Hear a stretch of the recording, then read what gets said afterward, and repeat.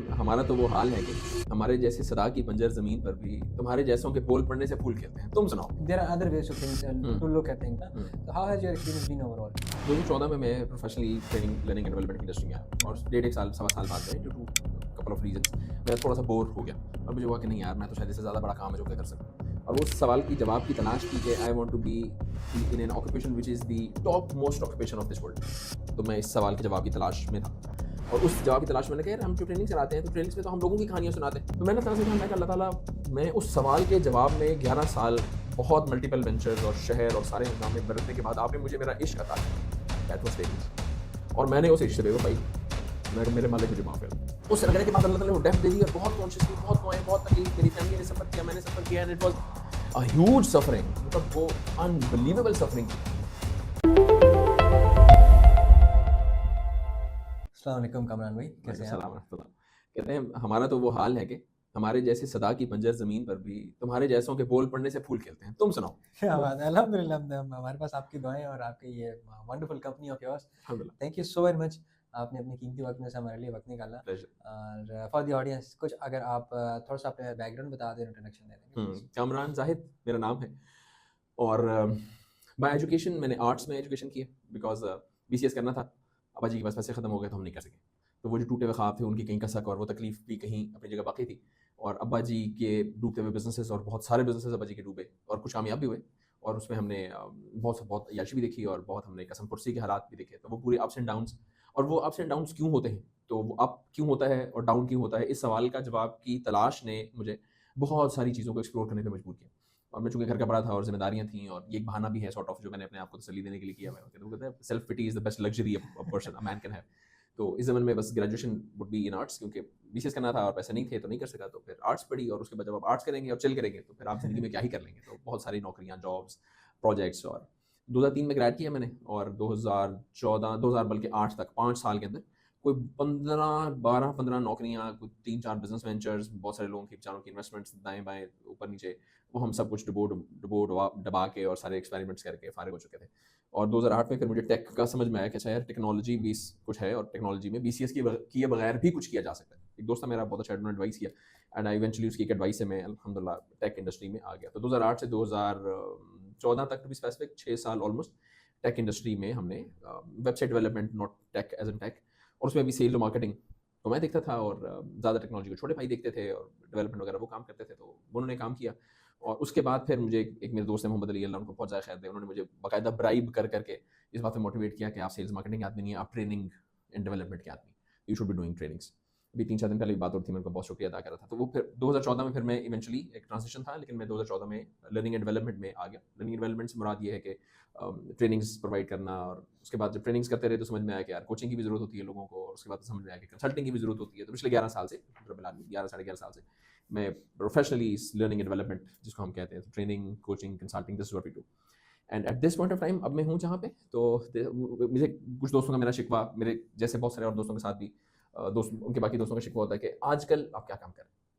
तो अब उनको समझ में आ गया कि शायद पहले 4-5 साल उन्होंने टेक के कर ली है टेक और फिर उन्होंने 10-1 साल टेक के ट्रेनिंग्स कर ली है। उसके बीच में एक आधा एडवेंचर हमने किया था बिजनेस का वो बहुत बुरी तरह नाकाम हुआ अल्लाह का बहुत शुक्र है और उसमें लर्निंग हुई बहुत अच्छी समझ में आया कि सिस्टम्स के बगैर आप एक्सपेंड करेंगे तो बहुत नुकसान आप करेंगे। बहुत अच्छा बिजनेस किया था बहुत एक्सपेंड भी किया हमने बगैर सिस्टम्स के नुकसान हुआ उसका तो वो एक यकीन नासिक हो गया कि यार सिस्टम्स के बगैर गाड़ी नहीं चल सकती। तो हमने फिर कंसल्टिंग करना शुरू की बिजनेस तो हम ग्रोथ कंसल्टिंग करते हैं। सो मेरी प्राइमरली दो समझ लें कि दो कश्तियों में मेरा पाँव होता है समझ लें आप ये सॉर्ट ऑफ जो ज़्यादा जिम्मेदारी होती है वो एक हम बिजनेसेस को ग्रो करते हैं टेक्नोलॉजी के वो बिजनेसेस जो कम से कम $1 मिलियन का रेवेन्यू कर रहे हों साल का ओके। और उनके पास 50 लोगों से ज़्यादा की टीम हो और उनको बहुत सख्त भूख लगी हो फॉर द ग्रोथ और उनके रीजंस बहुत स्ट्रॉन्ग हो।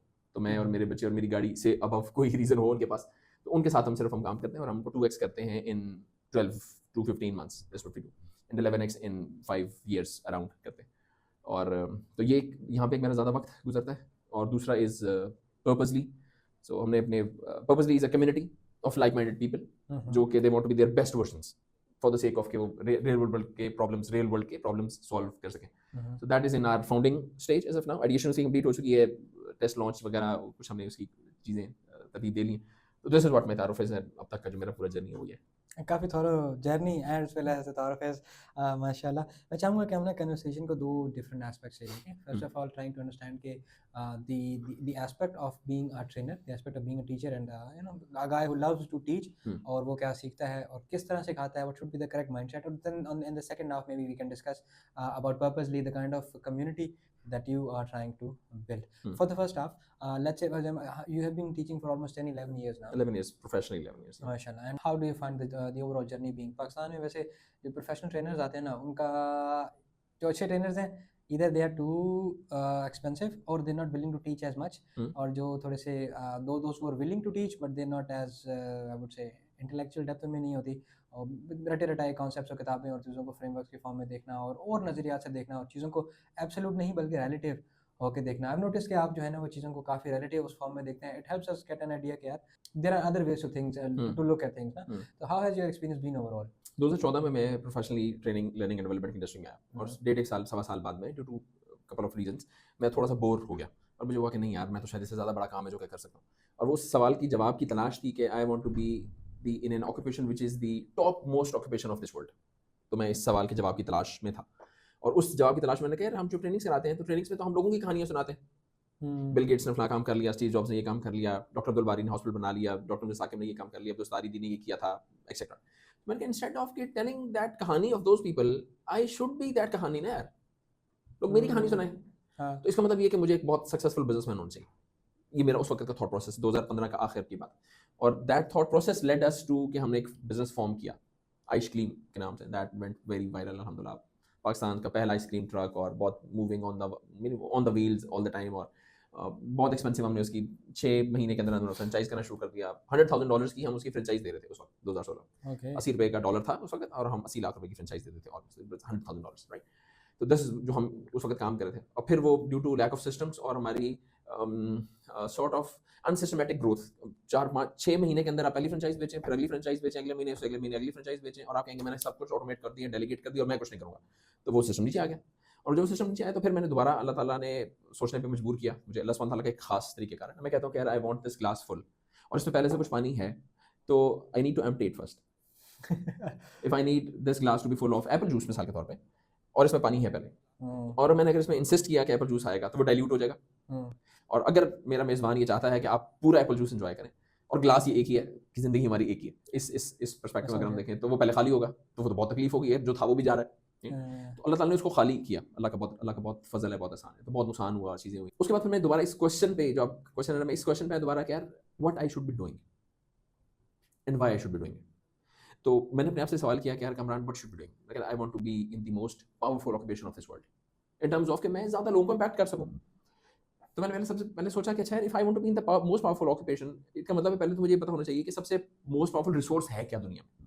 तो thought on multiple things, theories मेरी थी और मैंने हर एक थ्योरी को दूसरी से टकराया और मैं इवेंचुअली इस नतीजे पे पहुंचा कि your thought process is the most powerful resource in this world. जितनी तहरीकें हैं वो एक माइंडसेट पर खड़ी हुई हैं, जितनी रेवोल्यूशंस हैं वो एक माइंडसेट पर खड़ी हैं, जितने फसाद हैं वो भी एक माइंडसेट पर ही खड़े हुए हैं। ऐसा ही है। अब गोरा बरतर है और काला कमतर है, ये एक थॉट प्रोसेस है। इस पे एक हंगामा है जो कि बर्पा हुआ और इनको 100 साल 125 साल तो हुए हैं गोरों को गुलामी की उससे निजात पाए हुए और हमें वो 1400 साल पहले बता दिया गया वगैरह, इस तरह की मल्टीपल और चीज़ें। तो mindset is the most powerful resource. मैंने कहा ओके, एक सवाल का जवाब मुझे मिल गया, most powerful resource is mindset. अल्हम्दुलिल्लाह। फिर मुझे समझ में आया कि यार अब ये मोस्ट पावरफुल रिसोर्स है तो जो भी ऑक्यूपेशन इस रिसोर्स को अच्छी तरह से लेवरेज कर सकता होगा इन अ पॉजिटिव वे, वो सबसे मोस्ट पावरफुल ऑक्यूपेशन होगा। It could be through business, if I am helping people to get inspired to be their best version through my business, उसका मतलब ये है कि I am doing the most, I have the most powerful occupation in this world और the most influential और impactful occupation in this world.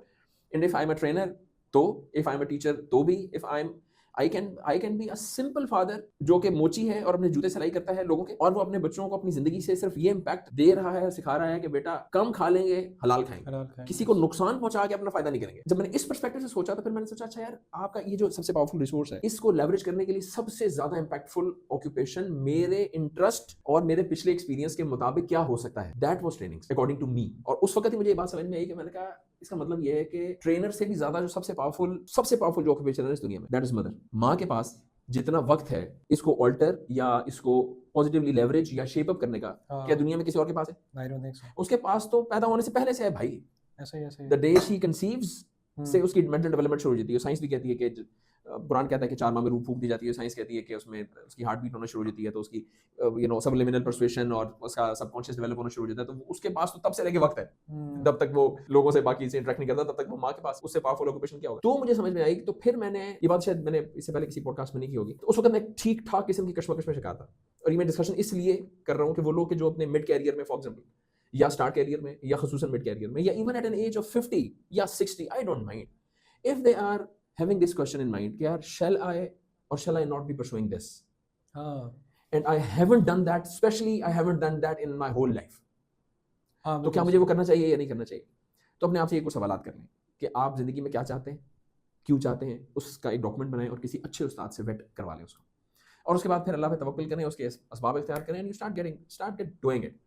उस वक्त फिर मैंने अल्लाह ताला से एक दुआ की, जो कि सिर्फ इस नीयत से कि लोगों तक वो खैर पहुंच जाएगी।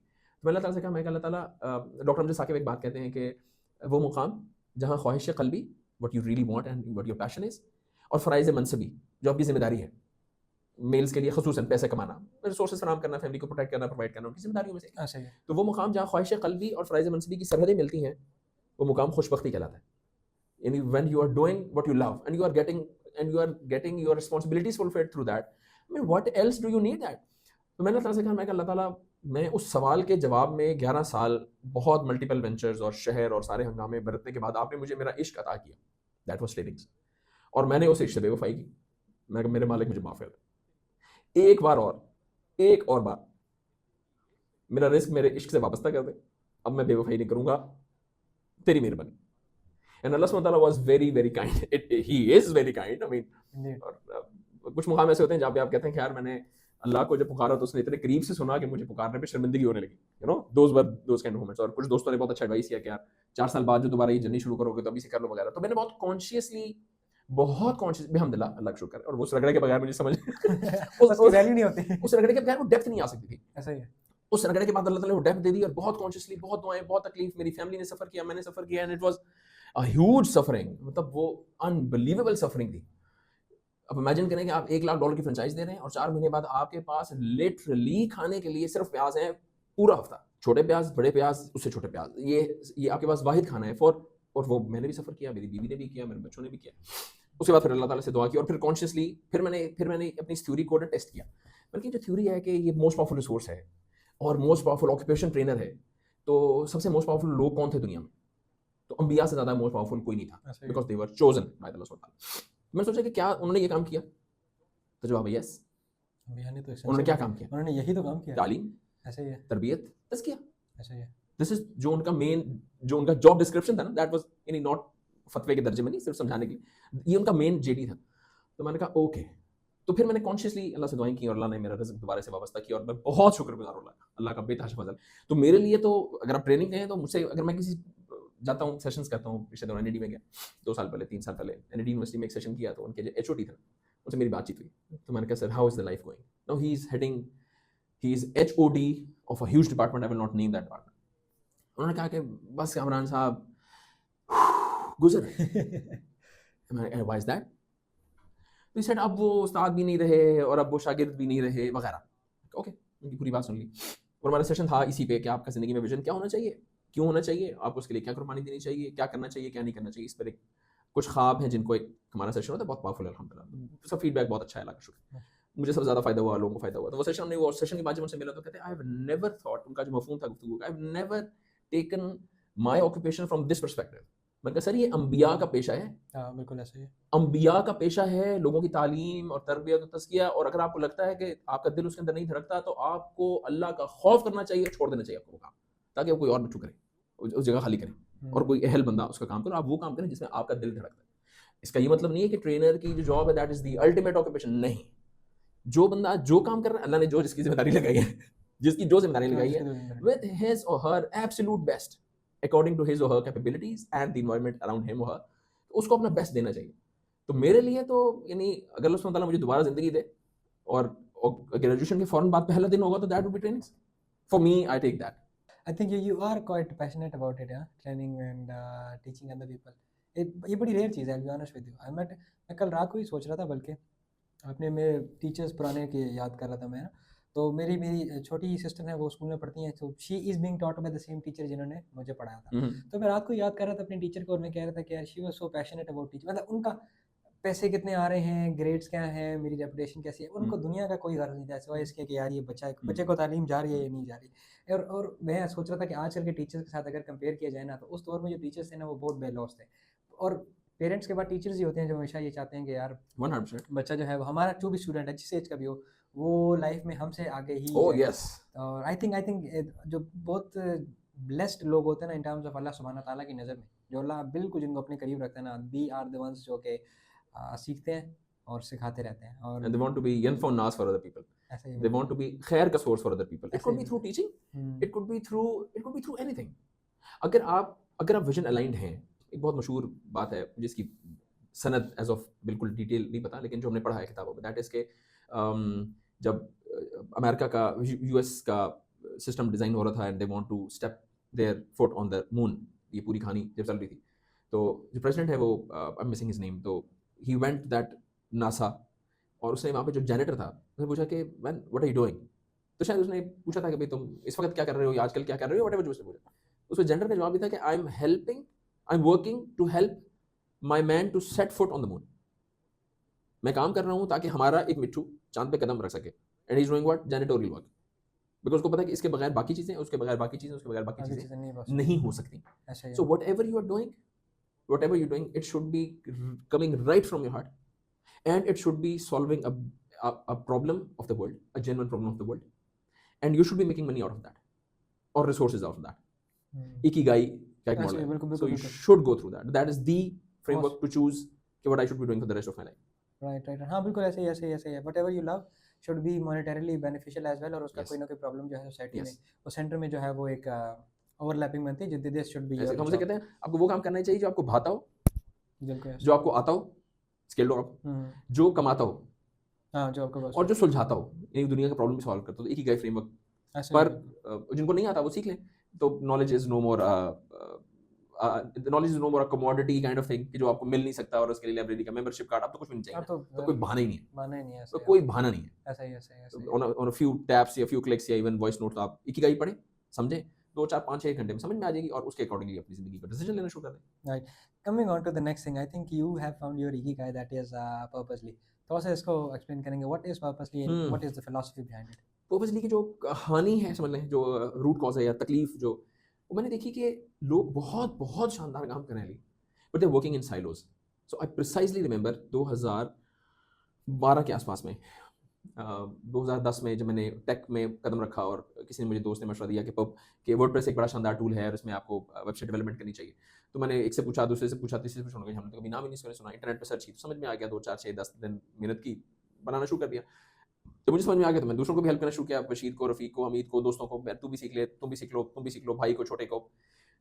उस वक्त भी लोग मुझे कहते थे, and my very close family relatives used to me, यार क्या जितना टाइम आप लोगों को सिखाने पे लगा रहे हैं ना, इतने काम की तवज्जो आप अपने काम पे देना, तो आपकी ये जो व्हीकल है आपकी, उस वक्त मेरे पास बाइक, ये भी अपग्रेड हो जाएगी, आपका खाना पीना भी, आपका लाइफस्टाइल भी, और आपका अपना बिजनेस खड़ा हो जाएगा। तो पहले आप ये काम करें। तो मैंने कहा यार हाँ ठीक है, करेंगे। वो एक बात थी मिसाल के तौर पे, वो मुझे याद रह गई कि यार लोग क्यों साइलोज में सोचते हैं, और लोग अपने से ज़्यादा बड़ा क्यों नहीं सोचते। उससे आपके फाइनेंशियल मॉनेटरी टर्म्स होने चाहिए, अटैच होने चाहिए, फ़ायदा निकलना चाहिए। उस वक्त मेरे पास कोई फ्रेमवर्क नहीं था, अब है, इकिगाई फ्रेमवर्क है, उस वक्त मेरे पास कोई फ्रेमवर्क नहीं था। तो ये कहानी मुझे याद है। एक और कहानी मुझे बहुत प्रिसाइजली, बहुत with all of its detail याद है कि I used to motivate people कि अच्छा यार आप खैर का काम करें, अपना काम आपने कर लिया तो वो किसी और को भी समझाते हैं, तो व्हाई नॉट आप, यानी आपने अगर ए से एम तक सीख लिया है तो अगले को एम तक बता दें, वो एम से शुरू करें ना, वो दोबारा क्यों ए से शुरू करें, why are we reinventing the wheel all the time.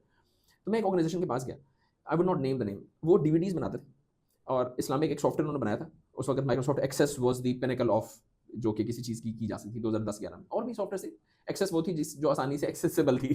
तो माइक्रोसॉफ्ट एक्सेस एक वो चीज़ थी जो कि आसानी से एक्सेसिबल थी लोगों के लिए। तो माइक्रोसॉफ्ट एक्सेस में कुछ उलमा कराम को बैठाया, उन्हें पूरा कुरान पाक ट्रांसक्राइब किया, टाइप किया सबसे पहले, फिर उसके कुछ तराजिम उन्होंने टाइप किए, तफसीरें टाइप की, हदीस की किताबें टाइप की।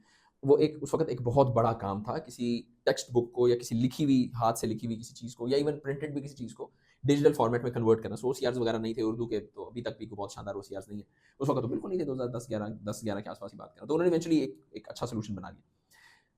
मैंने उससे कहा, मैं कहा सर ये जो आपने इतनी मेहनत से सोल्यूशन बना लिया है, उसमें डिस्कशन हुई कि आपने क्यों बनाया, कैसे बनाया वगैरह। तो बताया यार मैंने इतने उलमाए कराम की खिदमत ली और उनको मैंने बिठाया और सैलरीज दी, इंफ्रास्ट्रक्चर हुआ, 7-8 साल लगे मुझे यहाँ तक पहुँचने में, Okay. और ये डीवीडी बना के मैं फ्री ऑफ कॉस्ट दे रहा हूँ लोगों को। Mhm. तो मैंने कहा उसको मोनेटाइज कर दें। उन्होंने कहा नहीं, आई डोंट वांट मोनेटाइज। मैंने कहा जी क्यों नहीं करना चाह रहे? उन्होंने कहा यार खैर का काम है, मैं उसको खिलाना चाहता हूँ। मैंने कहा कितनी डीवीडीज दे देंगे? उन्होंने कहा एज आपको कितनी चाहिए? मैं कहा मुझे तो मेरे तो पीआर सर्कल अल्हम्दुलिल्लाह बहुत बड़ा है, तो मैं तो आपसे 1000 डीवीडीज ले लूंगा। उन्होंने कहा बिस्मिल्लाह, एड्रेस आप बताएं, 1000 डीवीडीज उनके घरों पे पहुंचेंगी इंडिविजुअली, आप फिक्र नहीं करें।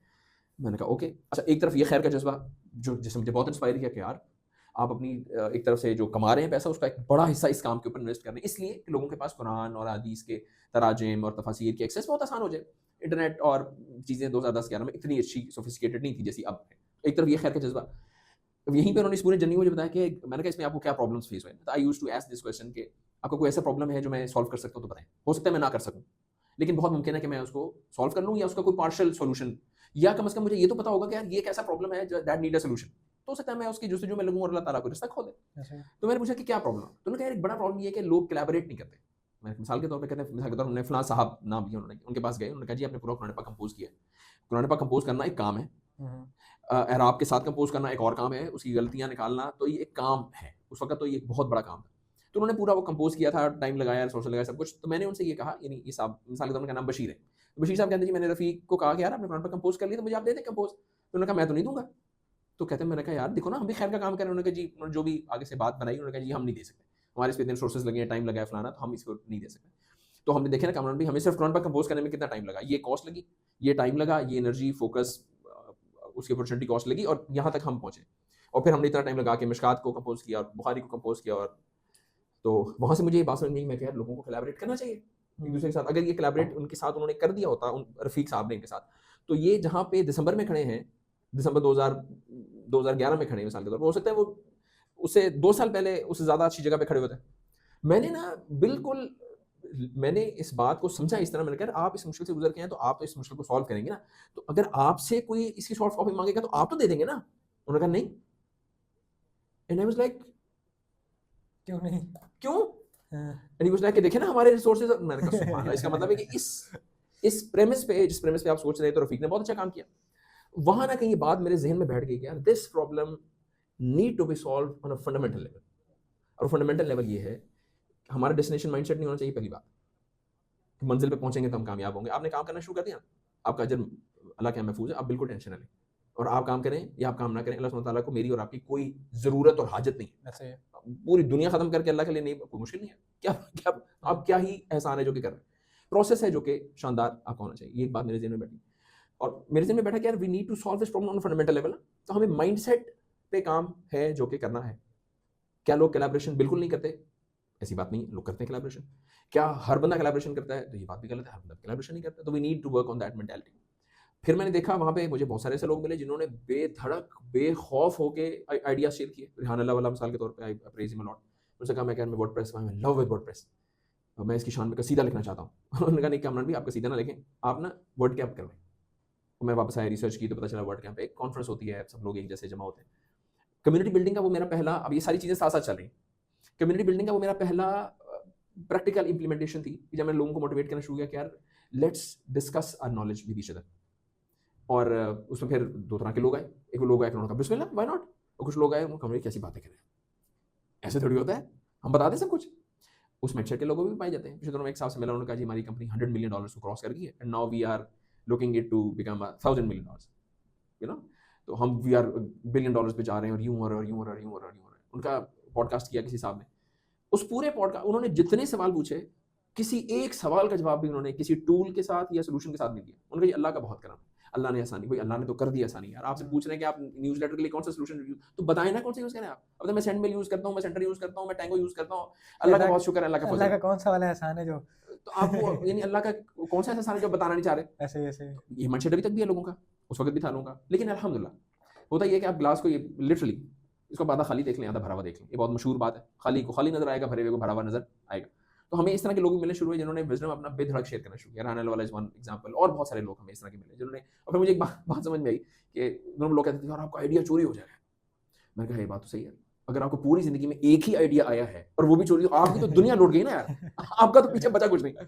लेकिन अगर आपके पास 5000 आइडियाज हैं और आपको इस बात पे बिलीव है कि आइडिया आपकी इजाद नहीं है, एक ख्याल है ना, बाज़ औक़ात होता है ना, आपको बात करते-करते यार मैंने आपसे एक बात करनी थी, याद नहीं आ रही, होता है? ऐसे किसी मिलते हैं आपका नाम याद नहीं आता, तो आपका क्या कमाल है इसके अंदर यार? वो अल्लाह ताला की इमानत है जो अल्लाह ने आपको दी है। आप अल्लाह का नाम लें और डरें नहीं, आप टेंशन ना लें, उस आइडिया को प्रोपेगेट करें, अल्लाह बहुत बड़े हैं और वो रिज़्क देने पे कादिर है, कोई मसला कोई मसला नहीं। नहीं है। और हायरार्की में वैसे भी ऊपर ही आते हैं। तो एक्शंस नहीं होंगे तो आप उसके ट्रेनर हो सकते हैं, ट्रेनर आपको लगता है ट्रेनर बहुत हो गए तो आप उसके कंसल्टेंट हो सकते हैं। विज़डम तो नेवर डाइज़, और वो ब्राइब करता है तो मसला नहीं। तो उस तरह के लोग भी मिले जो अपना विज़डम शेयर करते थे, बेधड़क करते थे। वर्ड कैंप हमने वर्ल्ड के मीटअप्स कराने शुरू किए। उन मीटअप्स की वजह से फिर हमने अल्हम्दुलिल्लाह पहला वर्ड कैंप कराया पाकिस्तान में, फर्स्ट एवर जब से पाकिस्तान बना है तब से उसकी हिस्ट्री में पहला वर्ड कैंप, और उसके बाद फिर वो सीरीज़ लगी। तो वहाँ से मुझे ये समझ में आया कि यार इसका मतलब ये है कि कुरान पाक तो चलो फिर भी जिसका ताल्लुक 100% अजर के साथ है ना, तो उसका तो शेयर करना बनता ही है 100%। अगर लोग अपनी मनी मैनेजमेंट की टेक्निक्स शेयर कर सकते हैं, टेक्नोलॉजी शेयर कर सकते हैं, क्लाइंट्स को कैसे कन्विंस करना है, वैल्यू कैसे ऐड करनी है, ये तरीके अपने बिजनेस सीक्रेट्स किसी को दे सकते हैं फ्री ऑफ कॉस्ट। तो इसका मतलब ये है कि ये माइंडसेट की गेम है, इसमें रिसोर्सेज का मतलब हल नहीं। इसका मतलब ये है कि चाहे वो कुरान पाक का मामला हो, चाहे वो हदीस का मामला हो, चाहे वो और खैर के मामला हो, तो इसका मतलब ये है कि इस माइंडसेट को डेवलप किया जा सकता है। तो वहाँ से प्राइमरीली ये सोच इवॉल्व होना शुरू हुई और बिल्ड होते होते होते होते इवेंचुअली हम इस नतीजे पे पहुंचे कि we need to have a community of like minded people जो जिंदगी के सारे रोल्स में एक दूसरे को हेल्प करते हो। उसमें ट्रेनर्स भी हों, सिर्फ ट्रेनिंग से मसला नहीं हल होता, you need coaching as well. सिर्फ कोचिंग से हल नहीं होता, तो you need consultant as well. तो विजडम नेवर स्टॉप्स। ट्रेनिंग के बाद कोचिंग की और उसके बाद कंसल्टिंग की जरूरत पेश आती रहेगी। तो it's a like community of like minded people जो एक दूसरे को होलिस्टिक डेवलपमेंट में आइडियोलॉजिकली ड्रिवन ग्राउंड्स पर हेल्प करते हैं। So this is why purposely is. And how does the platform itself work? Is it a physical platform, a digital platform? Is it a sort of a community housing society है या फिर कोई co-working है? How does it really work? So for now is के चूँकि मुझसे भी अल्हम्दुलिल्लाह यानी हदीस निमत के तौर पर कह रहा हूँ कि ऑलमोस्ट कुछ 10,000 के आसपास स्टूडेंट्स हैं जो कि मुझसे पढ़ चुके हैं अल्हम्दुलिल्लाह। Time management, vision, stress management वगैरह, और कंसल्टिंग के क्लाइंट्स भी हैं बहुत सारे। तो और मैं नेटवर्किंग गाय हूँ, तो मैं ए को बी से, बी को सी से, सी को एम से कनेक्ट करता रहता हूँ, यार इससे आपको फ़ायदा होगा, इससे आपको फ़ायदा होगा, इससे फ़ायदा होगा। और वहीं से ये आइडिया भी ज़रा ज़्यादा प्रोपेगेट हुआ कि हाउ अबाउट हम इसको थोड़ा सा फॉर्मुलेट कर लें और प्रॉपर्ली एक सिस्टमैटिकली इसको अप्रोच कर लें। तो we started off from WhatsApp as a platform, digital platform. लेकिन वो चूँकि वो फिजिकल पर्सन हैं, आपको रफ़ीक से कनेक्ट किया, तलहा को बशीर से कनेक्ट किया मिसाल के तौर, तो वो इन पर्सन की मीटिंग्स और वो सारे मामला उसके होते हैं। लेकिन अब हम फॉर्मली जिस तरह से इसको हम देख रहे हैं, हाउ वी इन्विजन पर्पसली, इसको हम कहते हैं पर्पसली 2.0। 1.0 तो इसके 1000 के आसपास लोग हैं, 1000 से कुछ ज़्यादा हैं। व्हाट्सएप की एक अच्छी बड़ी स्ट्रॉन्ग कम्युनिटी है, उसमें छोटी छोटी और कम्युनिटीज़ बनी हुई हैं, ग्रुप्स बने हुए हैं। फजर का लिए ग्रुप बना हुआ है, उसका नाम है फजरी मिसाल के तौर पर, where people motivate each other to wake up at फजर। And I have met people, Ali भाई, हु हैव सेड मी कि यार कामरान भाई, ड्यू टू दिस ग्रुप, क्योंकि मुझे सुबह करना क्या होता है, सुबह उठ के सलाम करना होता है उस ग्रुप में, बट दैट्स इट। तो पता है मुझे मिसाल के तौर पे बेग साहब के नाम से एक आईडी बना हुआ है, उनको ज़ाहिर है सबसे पहला सलाम उनका आता है उस ग्रुप के अंदर सुबह 4:34 पे, 4:20 पे, 4:30 पे। अब वो बेग साहब का एक दिन आ रहा है, 2 दिन, 4 दिन, 6 दिन, मुझे होता है कि यार कामरान साहब आप 5 बजे उठ रहे हैं, वो 4:22 पे उठ रहे हैं, तो आप थोड़ी सी हिम्मत करें यार। और सिर्फ मोटिवेशन काफ़ी नहीं है, तो आप बेग साहब को कॉल कर रहे हैं, पूछो भाई आप कैसे उठते हैं सुबह 4:22 मिनट? तो वो कहेंगे यार मैं ये करता हूँ, ये करता हूँ, ये करता हूँ, और ये 3 काम नहीं करता इसलिए मैं उठ जाता हूँ, तो मुझे हेल्प मिल जाएगी। तो उसकी वजह से बहुत सारे लोगों ने फजर की नमाज़ पढ़ना शुरू कर दिया अल्हम्दुलिल्लाह। फीडबैक अच्छा यार, जिस दिन मुझे एक साहब उसी ग्रुप से ना मिसाल के तौर पे, नहीं आपको इम्पैक्ट क्या होता है कम्युनिटी का, और फिर हम आएंगे कि अभी वो फॉर्मेशन की कैसे थी। मेरे पिछले दिनों उसी ग्रुप से किसी सामने कहा कि मेरी नमाज़ों की कंसिस्टेंसी नहीं हो रही, तो मैंने उससे बात, मेरे को कुछ आइडियाज़ दिए, मैं क्या ये 6 काम करने चाहिए, 3 काम नहीं करने चाहिए, तो आपकी स्लीप बेहतर हो जाती है वगैरह। और वो फिर प्राइवेट में उनका मैसेज आया, कामरान भाई ये मैंने करके देख लिया, प्रॉब्लम सॉल्व नहीं हो रहा। मैंने कहा फिर आप किसी भी अच्छे कोच को हायर करें, किसी भी अच्छे कोच को आप आपसे चार्ज करे ना करे वो एक बात की बात है, लेकिन वो आपका ना उंगली पकड़ के आपको चलाएगा, क्योंकि आपकी हालात और वाकयात यूनिवर्सल नहीं हो सकते, डिफरेंट होंगे। उन्होंने कहा कि कामरान साहब मुझे आपकी खिदमत चाहिए मिसाल का, ठीक है अल्हम्दुलिल्लाह। He invested a very hefty amount over the span of 3.5 months just to ensure कि यार उसकी फजर टाइम पे होना शुरू हो जाए। और उसके बाद जब वो कोचिंग प्रोग्राम से गुजरे, उन्होंने कहा यार कामरान भाई this is the first time ever in my life कि मेरी गाल में शायद 12 या 15 दिन की स्ट्रीक हुई है कि मेरी नमाज कज़ा नहीं हुई फजर। माशाल्लाह। ही लिव्ड इन कनाडा, तो वहाँ पे और मसाइल हैं, सर्दी बहुत ज़्यादा है, इकोसिस्टम नहीं है वगैरह। This is the power of community, और इस तरह से उसका फ़ायदा होता है। सो फॉर नाउ तो it's on WhatsApp, but for now envisioning is a proper website, it's a proper platform with meaning accompanied with an app that will be coming around in 3 months or so inshallah. तो उसका के सवाल का जवाब ये कि that will be in person, local chapters along with online very strong presence globally inshallah. Right. And if you were to define the values of it, let's say for example एक चीज़ आपने बात की कि यार faith aligned growth होनी चाहिए। How do we define the faith aligned growth? हमारा मानना ये है कि हम जिस आइडियोलॉजी को मानते हैं वो है इस्लाम, और हम ये मानते हैं कि एज़ पर आर आइडियोलॉजी जो हमें दीन ने सिखाया है, दैट इज़ कि आपकी ज़िंदगी 360 डिग्री के अहकामात आपको कुरान पाक से मिल सकते हैं। इसका मतलब नहीं है कि मुझे पॉडकास्ट करनी चाहिए या नहीं करनी चाहिए, उसका हुक्म बताएं जी कुरान पाक में कहा है या हदीस में कहीं लिखा है पॉडकास्ट करनी चाहिए कि नहीं करनी चाहिए। तो इसके पीछे जो फंडामेंटल्स है ना वो लिखे हुए हैं। हमें पॉडकास्ट में, हमें गुफ्तगू में क्या बात करनी चाहिए क्या नहीं। हम इस पॉडकास्ट में ग़ीबत नहीं कर सकते लोगों की, हम इस पॉडकास्ट में फहाशी की गुफ्तगू नहीं कर सकते, हम इस पॉडकास्ट में किसी को नुकसान नहीं पहुंचा सकते। तो फंडामेंटल्स आते हैं। तो हम ये समझते हैं कि हमारी पहली वैल्यू दैट इज़ कि हम आइडियोलॉजिकली ड्रिवन। तो हम सारे अहकामात कुरान और हदीस से, उलमा कराम की आरा की रोशनी में खुद से समझ के मुझे ये समझ में आ गया, लिहाजा ये अल्टीमेट ट्रूथ है कि कहानियाँ हम नहीं करते, उलमा से पूछ के या साजा से पूछ के चलते हैं। ये पहली वैल्यू है। तो इसे हम कहते हैं कि और उसके हमारे पास रीजन है। क्या मुसलमानों ने 1200-1300 साल, 1100 साल, 1400 साल जो भी टाइम था, 1000 साल तो कहीं पे भी नहीं गया ना कि अनडिस्प्यूटेड हम लोग दुनिया को इन अ पॉजिटिव वे सर्व कर रहे थे, रूल कर रहे थे। तो वो रूलिंग सारी कहाँ से आ रही थी? ऑब्वियसली फेथ से आ रही है, आइडियोलॉजी से आ रही है, राइट। तो इसका मतलब है कि आइडियोलॉजी प्रूवन है, इसमें कोई दूसरी राय नहीं। अल्लाह ताला से ज़्यादा अक्लमंद कोई है नहीं। अगर कोई है तो ठीक है मुझे बताएं, हम बैठ जाते हैं उसके साथ। तो ये पहली वैल्यू है कि हम आइडियोलॉजिकली ड्रिवन होंगे। हमारे जितने सर्विस प्रोवाइडर्स हैं, कोचेस, ट्रेनर्स, हमारे गाइड्स कहते हैं, वो आइडियोलॉजिकली ड्रिवन हैं, नंबर 1। नंबर 2, हम इस चीज़ पे बिलीव करते हैं कि आपकी ज़िंदगी होलिस्टिक डेवलपमेंट पे होनी चाहिए और एक बैलेंस लाइफस्टाइल होना चाहिए। I can not be a very good media spokesman on the cost of being a bad husband. नहीं जी, देखें ज़िंदगी ऐसी है, बैलेंस लाइफस्टाइल तो एक मिथ है। With all due respect, I don't by that notion.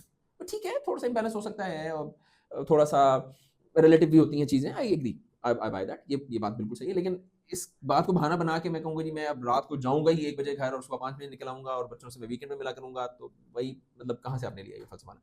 तो ideologically driven is value 1, holistic development is value 2, जो हम समझते हैं जिस पे कोई कॉम्प्रोमाइज़ नहीं करते। थर्ड इज कि we want to be our better version. 0.01% better हो गुज़श्ता कल से, लेकिन हम होंगे बेटर। और हम यनफ़ुन नास के असूल पे चलेंगे और हम हमारी ज़ात की वजह से दूसरों को खैर पहुँचेगी।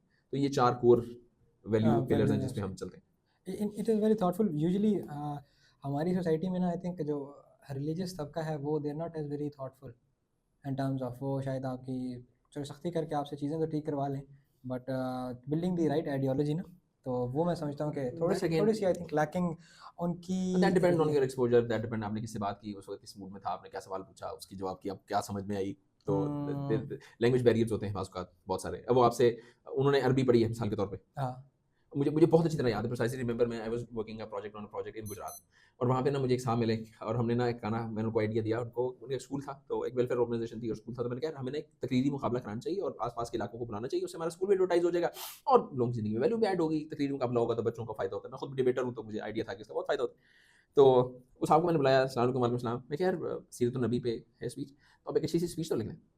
और जो मेरा पहला इंप्रेशन था, अल्लाह माफ़ करे मुझे, हम जिस एजुकेशन सिस्टम से निकल के आए ना, तो हमें लगता है कि बस अगले बंदे ने बेचारा बहुत ही सादा सा है, बाल भी इसके थोड़े से बिखरे हुए हैं, शलवार कमीज़ भी इसकी बात बिल्कुल ही नॉमिनल सी है, तो ये तो बेचारा बिल्कुल ही टमाटर सा आदमी है। माठा सा ही आदमी है, घांचू ही होगा, इसको तो पता क्या हो। उस बंदे के, उस एक एक्टर ने ना मुझे इतना शर्मिंदा किया, कुछ नहीं उन्होंने कहा। मैंने कहा जी सीरत नबी पे एक तकरीर तो लिख दें। उसने कहा जी कितनी लंबी होनी चाहिए? मैं कहा 5वीं 7वीं 8वीं के बच्चों ने करनी है तो पेज 2 पेज की तकरीर हो बहुत है। उन्होंने कहा ठीक है, उन्होंने तकरीर लिख के दी, वो अरबी में थी। मैंने कहा यार ये तो अरबी में है। कहते हैं ओह सॉरी माज़रत। उन्होंने कहा उर्दू में लिख के दूँ? उन्होंने वो बात बिल्कुल बेसाख्ता ही उन्होंने अरबी में लिख के दी थी। आई वाज थिंकिंग ऑफ कि यार मैं जिसको घांचू समझ रहा हूँ, तो इसकी नज़र में तो मैं सुपर घांचू हूँ कि मुझे अरबी नहीं, मुझे एक तकरीर नहीं आती अरबी की पढ़नी। तो बाज़ वक़्त हमारे लेंस का डिफरेंस होता है बहुत ज़्यादा। और ठीक है कि उन्होंने मदारिस के जो बच्चे पढ़ के आते हैं, उसको फिर एक लंबी डिबेट है कि हमने इनपुट कैसा दिया था, तो उसका क्या आउटपुट निकलना चाहिए था, तो क्या ही वो और क्या हो सकता है, उनका इकोसिस्टम कितना है, सपोर्ट कितना है। तो हम ये कहते हैं कि इंस्टेड ऑफ कि हम बट की बजाय ना एंड टेक्नोलॉजी पे काम करते हैं। हम कहते हैं कि जी आपने बहुत अच्छा काम किया है, लेकिन का मतलब है आपने पिछली सारी बात नेगेट कर दी। तुम कहते हैं आपने बहुत अच्छा काम किया है और ये 4 काम और करने की ज़रूरत है। तो इस कम्युनिटी का फ़ायदा क्या है? सो इस कम्युनिटी में, चूँकि इट्स अ कम्युनिटी ऑफ, अभी तक हमारे पास ऑलमोस्ट 1000 से कुछ ज़्यादा लोग हैं अल्हम्दुलिल्लाह, with lot of service providers. तो उसमें हम क्या कहते हैं कि यार आपने ये 4 कदम कर लिए ना, अब यहाँ से ये 5 कदम ना ये आपको सपोर्ट कर देगा। That could be paid, that could be unpaid, depending upon the availability of those volunteers जो कि उस जगह पे अवेलेबल है। उसमें फ़ायदा ये होता है कि फिर जितना हो गया हम पिछले को नेगेट नहीं करते, हम और उर्दू वाला और लगा के उसको स्टेप फॉरवर्ड कर देते हैं। Right, I think so it is very interesting. इसमें एक और चीज़ आपने मेंशन की थी about the concept of digital उम्मा, उसको थोड़ा सा काइंडली एक्सप्लेन करेंगे। डिजिटल उम्मा से मुराद ये है कि मैं ये समझता हूँ कि डिजिटल स्केल हो सकता है, उसकी कॉस्ट कम होती है, आपका एक्सपोजर बहुत ज़्यादा हो जाता है, इसके अंदर कोई दूसरी राय नहीं है। और ठीक है, एक ये पूरा एक नैरेटिव है पूरा कि लोग कहते हैं कि यार सोशल मीडिया ने हमें एक दूसरे से बहुत दूर कर दिया हमें और हम सोशल मीडिया की दुनिया में गुम हो गए। ये बात अपनी जगह ठीक है, लेकिन ये एब्सोल्यूट भी नहीं है। क्या ऐसा नहीं होता जब हम प्रैक्टिकल लाइफ में भी एक दूसरे को मिलते हैं तो हम एक दूसरे को सोशल मीडिया पे की गई पोस्ट्स या कमेंट्स या रिएक्शंस का हवाला देते हैं, हाँ भाई आजकल तो बहुत घूम रहे हो, हाँ यार तस्वीरें तो बड़ी अच्छी, यार तुमने कमेंट तो बहुत अच्छा किया था, हाँ यार तुम्हारी फलां रील। इसका मतलब ये है कि अब वो भी रियलिटी है हमारी। सो अगर हम ये कहें कि नहीं यार सिर्फ इन पर्सन होगा और इन पर्सन जैसी कोई बात नहीं है, तो इन पर्सन जैसी कोई बात नहीं है, बात बिल्कुल ठीक है। तो इसी तरह से ये भी कहा जा सकता है कि डिजिटल डिजिटल जैसी कोई बात नहीं, तो डिजिटल डिजिटल जैसी भी कोई बात नहीं, ये बात भी ठीक है। तो मैं इस सेंस में कहता हूँ डिजिटल उम्मा जब मैं कहता हूँ तो उसकी उसकी मुराद ये है कि आप डिजिटली भी कनेक्टेड हो, आपको वैल्यू पे जो आप वैल्यू ऐड कर रहे हैं उस पर फोकस ज़्यादा करें, इंस्टेड ऑफ कि आप इन पर्सन आपकी मुलाकात हुई थी, यानी ठीक है इन पर्सन को निगेट नहीं कर रहा, लेकिन मैं सिर्फ ये अर्ज करना चाह रहा हूँ कि आप समझ लें कि इन पर्सन ही एब्सोल्यूट है, तो ये दुरुस्त नहीं है मेरी राय में। राइट, हाँ, in person plus I would से कि डिजिटल एक एस्पेक्ट हो तो Why it is not? Ideal है। हाँ, व्हाई नॉट। मतलब मिसाल के तौर पे यहाँ से बैठ के मैं कराची के किसी बंदे की हेल्प करना चाह रहा हूँ, फिजिकली ऑब्वियसली उसको यहाँ आना पड़ेगा। अब आई रिमेंबर जैसे हम कुछ मदारिस में स्कूल्स में कॉलेजेस मदारिस में मसाजिद में करके, अब मदरसे में क्या होता है कि मैंने एक मस्जिद बनाई, सबसे पहले मैंने वहाँ बच्चों को नाज़ कुरान पढ़ाना शुरू किया, फिर मैंने उनके लिए हिफ्ज़ का बंदोबस्त कर लिया, फिर मैंने कहा यार अभी बच्चे माशाल्लाह मैच्योर हो गए हैं और कुछ कर रहे हैं, तो मैं इनको ना पहले साल की दरस निज़ामी की पहले साल की किताबें पढ़ाता हूँ, फिर दूसरे साल की पढ़ाता हूँ, फिर तीसरे की, फिर अब मैंने या तो मैं खुद पढ़ाऊँ या मैं एक उस्ताद की खिदमत लूँ जो उनको पढ़ाए, ऐसे ही होगा ना। अब अगर उस इलाके में बच्चे ही 5 हैं और वो रिमोट एरिया है due to X number of reason, तो पाकिस्तान में पूरी दुनिया में ऐसे बहुत सारे रिमोट एरिया है, तो कोई भी जो जरा भी इम्पैक्टफुल उस्ताद है वो कहेगा यार एक तरफ एक अपॉर्चुनिटी है मैं 5 बच्चों को पढ़ाऊंगा और एक तरफ है कि 50 को पढ़ाऊँ, तो मैं किसको पढ़ाऊंगा? 50 को पढ़ाऊंगा, ड्यू टू ऑब्वियस रीजन। क्या उस 50 बच्चों को जो पढ़ा रहा है क्या उसकी स्क्रीनिंग इन 5 बच्चों के लिए की जा सकती है? क्या सेशंस रिकॉर्ड हो सकते हैं? क्या डिजिटली इनको कनेक्ट किया जा सकता है? किया जा सकता है तो करें ना यार, why not, why not, yes, why not, keeping in mind कि हर चीज़ की अपनी इफादत है, कोई चीज़ भी एब्सोल्यूट नहीं है। इन पर्सन अगर इन पर्सन इतना ही शानदार है तो क्या आपने सगे भाइयों को लड़ते हुए नहीं देखा आपस में, जो कि एक ही माँ के पेट से पैदा हुए, एक ही घर में परवरिश पाई और एक दूसरे की शक्ल देखने के लिए तैयार नहीं हुआ। अगर इन पर्सन इतना ही एब्सोल्युटली पावरफुल है तो झगड़ा ही ना होना यार। पहला कत्ल जो हबील काबील का हुआ था, हंगामा जब पूरा बर्बाद था, उस वक्त तो कोई डिजिटल दुनिया थी भी नहीं, तो एब्सोल्यूट नहीं है। और हमें चीज़ों को जरा थोड़ा सा अपने अपने अपने सच को एब्सोल्यूट सच समझ लेने की हमाकत से बाज आना चाहिए हमें, और हमें चीज़ों को थोड़ा सा ब्रॉडर स्पेक्ट्रम में देखना चाहिए। Right. And what do you think is the role of leadership in it, especially purpose driven leadership? बाज़ औक़ात ये होता है कि पीपल कम्युनिटीज़ बनी होती हैं, उसके ऊपर एक हेड भी अपॉइंटेड होता है, बट हेड जो है उसको खुद ही हेडलेस होता है, उसको समझ ही नहीं आ रही थी मैंने अपने साथ जो लोग अटैच्ड हैं उनको किस डायरेक्शन में लेके जाना है। आपसे इनफैक्ट आपने बहुत स्कूलों के साथ, आप स्कूल्स के साथ या मदारिस के साथ इंटरेक्शन रहा होगा, जहाँ पर स्टूडेंट्स का एक जमे गफ़ीर होता है और जो headmaster principal who is the man in charge, उसके पास कोई डायरेक्शन ही नहीं होती। वो बस कह रहा होता है कि पढ़ा लेते हैं मार्क्स आ जाएंगे, पढ़ा लेते हैं इतने ग्रेजुएट निकाल लेंगे, पढ़ा लेते हैं तो इतने हाफिज़ आ जाएंगे, हाफिज़ की इंटेलेक्चुअल डेप्थ कौन बनाएगा, स्टूडेंट के अंदर वो हंगर टू लर्न मोर वो कौन पैदा करेगा। तो what should be the qualities of it, let's say अगर हम इसको reframe करते हैं कि what should be the qualities of a purposeful leader? First of all तो उसका विजन क्लियर होना चाहिए, उसको एग्जैक्टली पता होना चाहिए कि मैं क्या कर रहा हूँ। वो पर्पसली में है, वो किसी और कम्युनिटी में है, वो अपनी फैमिली को हेड कर रहा है, वो कहीं पर भी है, इवन वो आम इंडिविजुअल है, सबसे पहले तो उसको उसका विजन बताना चाहिए कि क्या है, वो क्या करना चाहता है, उसका वाई बहुत क्लियर होना चाहिए कि मैं ये काम क्यों करना चाहता हूँ। अगर तो सिर्फ अपनी ज़ात के लिए, फैमिली के लिए, अपने बच्चों के लिए, अपनी शोशा के लिए, मेरे ज़्यादा फॉलोअर्स हों, सब्सक्राइबर ज़्यादा हों, व्यूज़ ज़्यादा आ जाएँ, अगर ये सोल पर्पस है और ये डेस्टिनेशन है तो ये इंतहाई कमज़ोर डेस्टिनेशन और ये बहुत ही वीक वाई है, तो लोग बोर हो जाएंगे, उस काम को छोड़ देंगे या नई चीज़ हो सकेगा तो खुदकुशियाँ कर लेंगे। मैट्रिक से फेल होकर लोग खुदकुशियाँ कर लेते हैं, आई मीन मतलब दुनिया में से बहुत बड़े बड़े दुख हैं, तो उसका वाई बहुत स्ट्रॉन्ग होना चाहिए। फिर लीडरशिप का एक पूरा फ्रेमवर्क है कि उसका इम्पैक्ट कितना है और वो अपनी ज़ात से ज़्यादा बुलंद होकर कितना सोचता है। फिर लीडरशिप को जो एक जो फ्रेमवर्क है ना, तो हम उसे कहते हैं VLTC। VLTC का मतलब ये कि सबसे पहले तो वो अपना विजन, उसका विजन क्लियर हो और वो उस विजन को शेयर करने के काबिल हो। सेकंड इज कि फिर उस लीडरशिप को इन ऑर्डर टू कि वो चाहे कि लोग उसके उस विजन तक पहुंच जाएं, सबसे पहले तो उसको अपना विजन शेयर करना पड़ेगा, फिर उसको अपने उस विजन से लोगों को इंस्पायर करना पड़ेगा, और वो जो अपने विजन से जो इंस्पायर करेगा लोगों को, तो वो उसके अमल से हो सकता है, वो जुबानी नहीं हो सकता, सिर्फ बातों से नहीं हो सकता। बातें करना ज़रूरी है, बहुत ज़रूरी है, क्या सिर्फ बातें करना काफ़ी है? ये बात दुरुस्त नहीं, तो उसको अमल करके दिखाना पड़ेगा, ये दूसरी चीज़ है। तीसरा ये कि फिर उसको अपने लोगों के लिए लर्निंग एंड डेवलपमेंट के मौके फराहम करने पड़ेंगे, फिर उसको उनकी ट्रांसफॉर्मेशन के लिए फ्रेमवर्क्स डेवलप करके देने पड़ेंगे, और फिर उसको कुछ कंपिटेंसीज हैं जो कि डेवलप करनी पड़ेंगी अपने अपने अपने टीम के अराउंड, और उसको एक इन्वायरमेंट ऐसा क्रिएट करना पड़ेगा कि जो कि इनेबलिंग इन्वायरमेंट हो, तो उसको डिक्टेट ना करना पड़ता हो, उसको डिक्टेट ना करना पड़ता हो, तो मिसाल ये कि आप चाहते हो कि यू वांट, आपको अच्छा लगता हो कि आपके घर में तितलियां ज़्यादा हों, इंस्टेड ऑफ कि तितलियां पाल ली जाए, बहुत अच्छा एक गार्डन बना ली जाए विद फ्रूटफुल फ्लावर्स, खुशबू अच्छी हो, नाइस स्मेलिंग हो, तितलियां खुद बहुत आ जाएंगी। सो अगर आपने हालात इस तरह के पैदा कर दिए, एनवायरमेंट इस तरह क्रिएट कर दिया कि जहाँ पे फ्लो में आना आसान हो, फोकस करना आसान हो, नंबर्स अचीव करना आसान हो, विजन अचीव करना आसान हो, तो एनवायरमेंट अगर आपने क्रिएट कर दिया तो लीडर के ये कुछ काम है जो कि उसको करे चाहिए। एक पूरा एक्सटेंसिव फ्रेमवर्क है जिसकी चंद बातें जो कि मैंने आपको अर्ज की। और हमारा यानी हम ये समझते हैं कि उस्ताद के बगैर तो आगे चलना ही नहीं चाहिए ना आपको, उस्ताद के बगैर तो आपको चलना ही नहीं चाहिए। तो आपका हर चीज़ में कोई ना कोई 1 2 3 4 उस्ताद होने चाहिए, किताबें होनी चाहिए, असातिज़ा होने चाहिए, मशवरा होना चाहिए।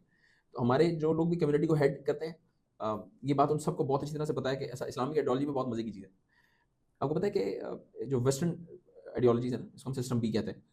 सिस्टम बी की जो आइडियोलॉजीज़ है उसमें होता है manager, in charge, boss is always right, कहानियाँ।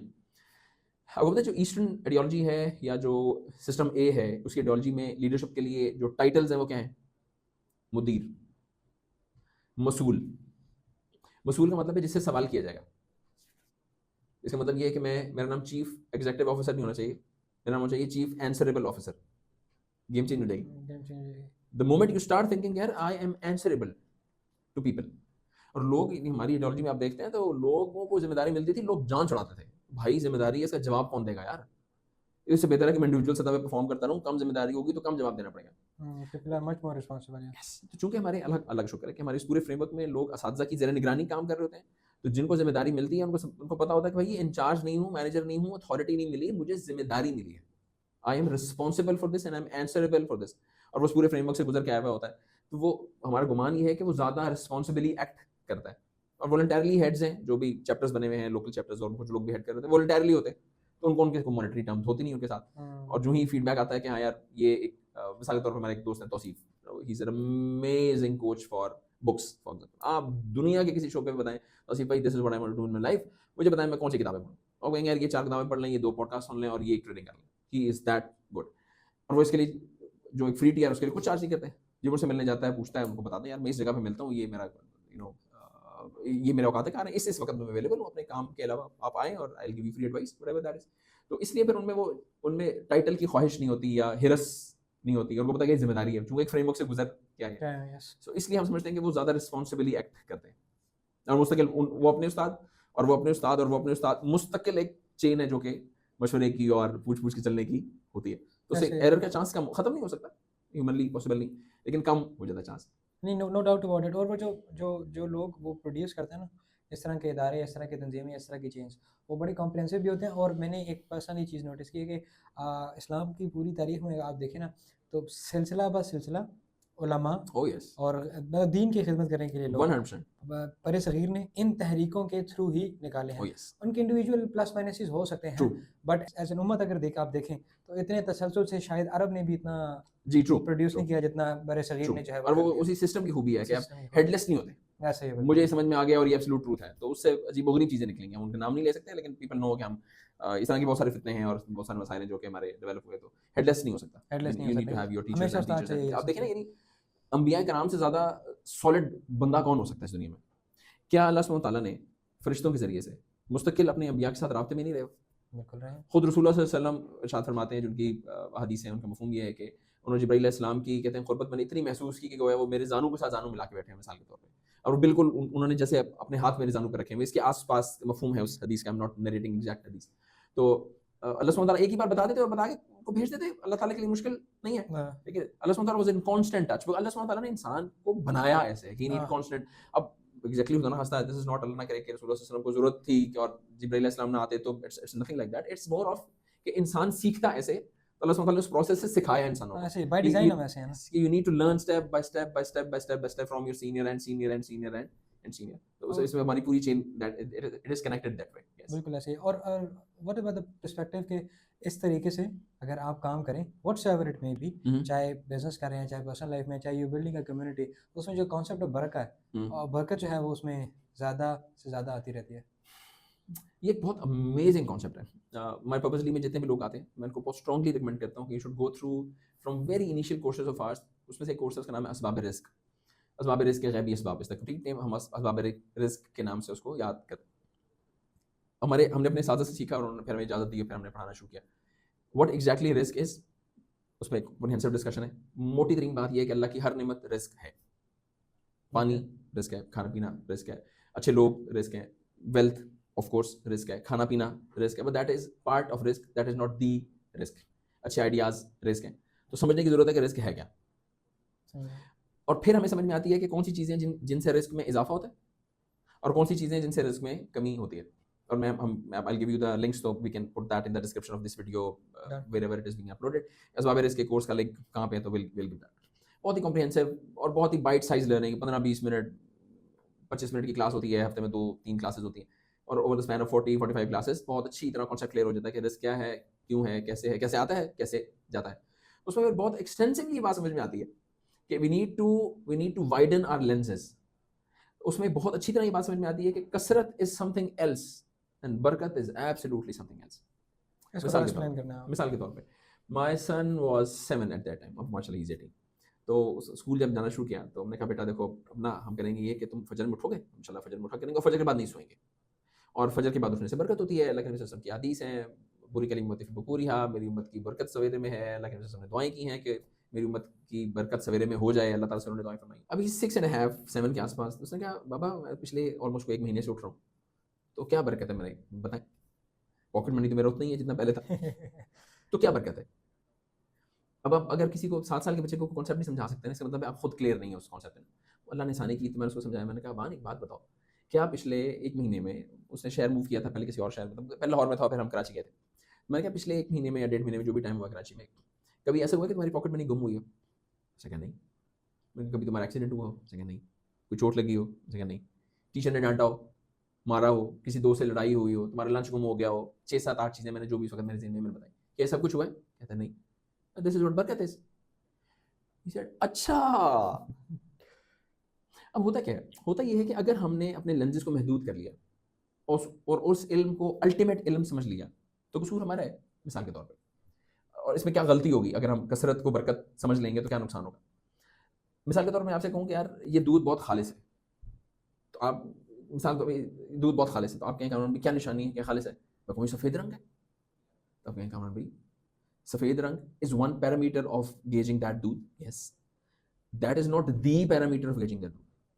उसका फैट कंटेंट भी आप देखेंगे, उसकी कंपोजिशन भी देखेंगे, उसमें से कुछ स्मेल ना आ रही हो, उसके 5, 6, 8, 10, 15 KPIs हैं, की परफॉर्मेंस इंडिकेटर्स हैं, निशानियां हैं आसान जुबान में। उन होलिस्टिकली आप उसको देखेंगे तो आप अल्टीमेटली डिसीजन दे सकते हैं कि दूध ठीक है या दूध ठीक नहीं है। उसके बगैर आप डिसीजन नहीं दे सकते। बिल्कुल इसी तरह से जब हमने रिस्क का कॉन्सेप्ट नहीं समझा और हमने खाने पीने को रिस्क समझ लिया टोटल, तो मसाइल ही पैदा होंगे। तो उससे होता है कि वो हॉरिजन ब्रॉड होता है, और वो बहुत शानदार उस्ताद है, मुफ्ती हबीब साहब कराची बेस्ड है, अमेजिंग उस्ताद है। तो वो जब हॉरिजन वाइड होता है और इल्म आता है, इंसान को पता चलता है कि वो कितनी बातें थी जो मुझे नहीं पता थी। ऐसे और फिर उसका इम्पैक्ट देखता है रेगुलर बेसिस पे, क्योंकि हम उसमें जर्नलिंग सिखाते हैं मिसाल के तौर पे, हम रिफ्लेक्शन सिखाते हैं मिसाल के तौर पे। हम ऐसे कितने लोग होंगे जिन्होंने अभी बात बहुत मशहूर है यार, मैं अल्लाह ताला से बहुत दुआएं करता हूँ, मेरी दुआएं कबूल नहीं होती, तो उनसे कहता हूँ अच्छा वे काम करें कि please come up with the list कि जो दुआएं आपने मांगी थी और उनसे जो कबूल नहीं हुई। ये मैंने लिस्ट तो नहीं बनाई। कहता हूँ अच्छा, हमारे साथ तो ये कहते हैं कि you should write down your prayers. अगर आप मुकदमा पेश कर रहे हैं ना, तो भाई मेरी तो दुआएं कबूल नहीं होती, तो come up with the list ना यार। डॉक्टर तो टेस्ट रिपोर्ट्स के बगैर तो आपको कोई डिसीजन नहीं देगा ना यार। तो और हम ये नहीं कहते कि जिसने नहीं की उसने खुदा खास्ता गलत काम किया है, हम सिर्फ ये कहते हैं कि if you want to really have a depth in your life and you really want to achieve something which is more impactful than your life and than your family's life and all, so you should come up with intense kind of exercises। तो उसमें journaling की exercise होती है। तो अब उस exercise से जब लोग गुजरते हैं, लोग समझ में आता है कि नहीं यार उसमें उस जर्नलिंग से गुजरते हैं तो उसमें रिफ्लेक्शन होती है। रिफ्लेक्शन का मतलब है कि उनको पॉन्डर करना पड़ता है, कॉन्शियसली सोचना पड़ता है क्या करना है, क्यों करना है, कब करना है। तो फिर उनको समझ में आता है कि नहीं भाई बिल्कुल क्लियरली नजर आ रहा था कि हाँ यार बरकत है और अब बरकत नहीं है। बिल्कुल पता साफ चल रहा होता। That is through that intense reflection. और वो सिर्फ पढ़ाने से नहीं आती, दैट इज अगेन जो आपकी कम्युनिटी है आसपास की, जो आपके लोग हैं। असल लर्निंग तो क्लासरूम लर्निंग मेरी और आपकी कितनी क्लासरूम आवर्स होंगे, और उसके अलावा हमने कितनी जिंदगी जी है, तो उसके अलावा जो हमने कुछ सीखा है वो कहाँ से सीखा है, वो ऑफ द क्लासरूम सीखा। और उसकी लर्निंग बाज़ औक़ात बहुत इंपैक्टफुल। एक हादसा ऐसा होता है कि आपको याद रहता है, किसी ने आंखों में धूल क्या झोंकी कि मैं अब पहले से बेहतर देखता हूँ। तो लर्निंग ऑफ द, तो वो जो ऑफ द क्लासरूम लर्निंग है ना, that is through community. English में जैसे कहते हैं कि It takes a village to raise a child.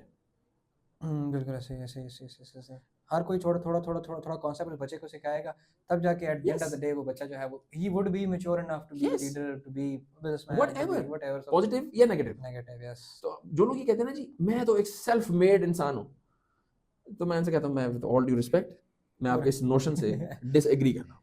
Self made का मतलब है कि आप मरीख पे पैदा हुए थे और आप आज जमीन पे आए हैं और सारा कुछ आपने मरीख पे देखा है और वहाँ पे कोई नहीं था, तो मैं मानूंगा कि आप सेल्फ मेड है। खुदा का खौफ करो यार। नहीं ऑब्वियसली आपके साथ और एलिमेंट्स वो किताब जो तुमने पढ़ी वो किसी की जिंदगी का निचोड़ होगी, वो जो एक कोर्स तुमने किया वो किसी के तजुर्बात का हासिल होगा, वो जो एक बात तुमने इम्प्लीमेंट की वो तुमने किसी से सीखी होगी, उसने किसी से सीखी। सेल्फ मेड क्या चीज होती जो है? खाना आपने खाया वो किसी किसान की मेहनत ये का एक नतीजा पानी है। जो मैं और आप पी रहे हैं, चाय जो हमने पी या कॉफी या खाना, वो किस खेत में उगा था, कहाँ से किस कुएं से निकाला गया था, हम तक कैसे पहुंचा।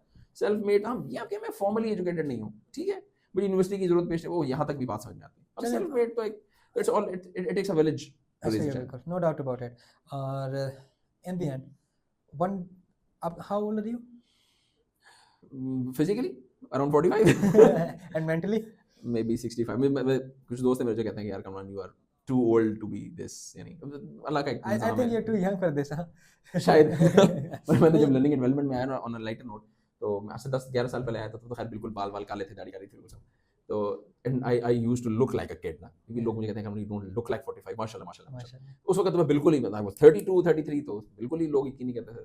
तो मुझे तो यार किसी तरह से मैं नजर आऊं कि मैं बड़ा हो गया हूं बिकॉज लोग वाइज लोगों, बड़े लोगों की बातों को ना ज्यादा वो लेते हैं। समझते हैं। फिर बहुत अच्छे बात समझ में आया कि यार अगर अगर अगर आपके बर्तन का कंटेंट इज वेरी पावरफुल ना, वाकई तो बर्तन छोटा है बड़ा है, उसे इररिलेवेंट हो जाता है। ऐसा ही है। मतलब लिटरली इस उंगली के नाखून पे रखा हुआ सोना इस पूरे ग्लास में पड़े हुए पानी से कई गुना कीमती होगा। ऐसा ही है। It is a content that is. आपके सवाल का जवाब ये है कि around 45। NFC, if you ask me, I'd say you are very energetic as well. In a sense, you have the energy of a 20-year-old. Or as a trainer, I think it's very important, mashallah. One piece of advice, एक चीज़ जो आप कहते हो कि यार मैंने पूरी ज़िंदगी का क्रक्स निकाल के ये सीखी है और you would like to teach it to the audience. Be with the right people. और साथ कहते हैं कि your context defines you. Okay. So उसकी मिसाल ये है कि आप गोल्ड, एक बहुत मशहूर वाक़या है कि एक माँ ने अपने बच्चे को एक पत्थर दिया और कहा कि इसको फलां मार्केट में जाओ और ये जो करीब मार्केट है वहाँ जाओ और इसका सिर्फ रेट लगवा के आना, बेचना नहीं है। वो गया, उन्होंने देखा, उन्होंने कहा तो पत्थर है, इसका वजन इतना है, तो ये 100 रुपये का होगा। वापस आया, उसने कहा माँ 100 रुपये का। मैंने कहा ओके, एक काम करो उस वाली मार्केट में जाओ।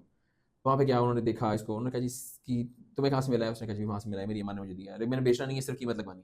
तो उसने कहा कि यार ये तो इसकी कीमत तकरीबन 500 रुपये के आसपास है। ओके, तीसरी मार्केट भेजा, चौथी भेजा, पाँचवीं मार्केट में जब वो पहुँचा तो उन्होंने उस मार्केट के उस बंदे ने उस बच्चे को बैठा लिया। तो पहले तो बताओ कि तुम्हारे अब्बू का नाम क्या है, तुम आए कहाँ से हो, और ये तुम्हें दिया किसने है?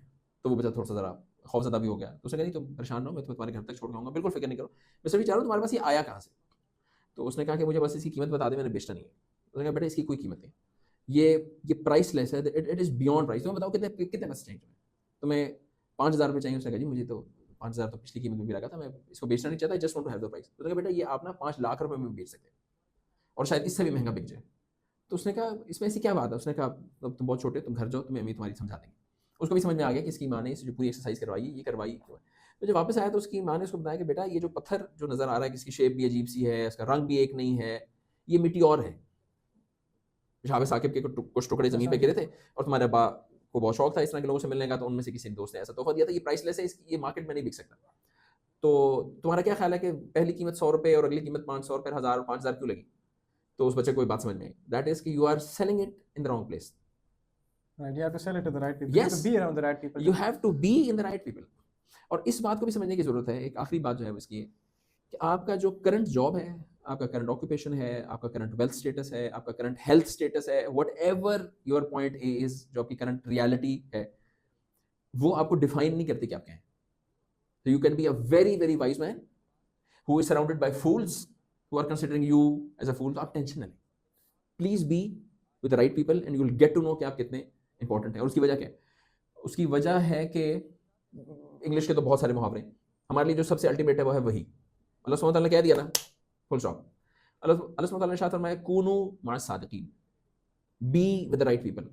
बी का मतलब नहीं तो कभी कभार मिल लो। बी का मतलब होता है कि तुम उनके साथ हो। बी का जैसे मेरा लिबास मेरे साथ होता है ना, होता है, मेरा सांस मेरे साथ होता है, मेरा नाम मेरा नस्ब मेरे साथ होता है. Yes. I am being a It is, male हाँ ऑल बिल्कुल. My life. इट्स नॉट कि यार एक दिन हुआ एक दिन नहीं हुआ, ऐसा नहीं है. अब वो आपकी ज़ात का हिस्सा बन जाता है. Yes, but that is you. तो राइट का मतलब क्या है कि आप फिर सच बोलते हो, सच सोचते हो, सच कहते हो, सच सुनते हो, और सच फिर अल्टीमेट एक और सच का मतलब ये है कि जो अल्लाह सुब्हानहू व तआला कह दिया वो सच है. मोटी बात. कूनू मा सादिकीन, be with the right people. इससे अच्छी क्या बात हो सकती है कि you are with the right people. Right. जज़ाकुमुल्लाह खैरा. बहुत शुक्रिया कामरान जाहिद प्लेजर. साहब, आपने अपने कीमती वक्त में से हमारे वक्त प्लेजर. निकाला. और हमारे पास तो ये प्रिविलेज भी है कि हम आपको ज़ाती तौर पे भी जानते हैं. अल्हम्दुलिल्लाह. तो इस विजडम से जो है वो आप ज़रूर हमें फर्दर भी हम चाहेंगे कि आप आते रहें और व्हाई विजडम नॉट. से हमें जो है मुस्तफ़ीद करते रहें. Thank you so very much again. Thank you so very much for the audience.